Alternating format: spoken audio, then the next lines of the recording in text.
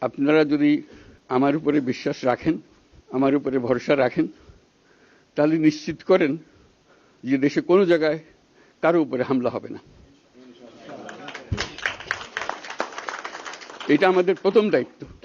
এটা যদি আমি করতে না পারি, এটা আমার কথা যদি না শোনেন আপনারা, তাহলে আমার প্রয়োজন এখানে নাই। আমাকে বিদায় দেন, আমি আমার কাজে থাকি, সেখানে আমি ব্যস্ত থাকি।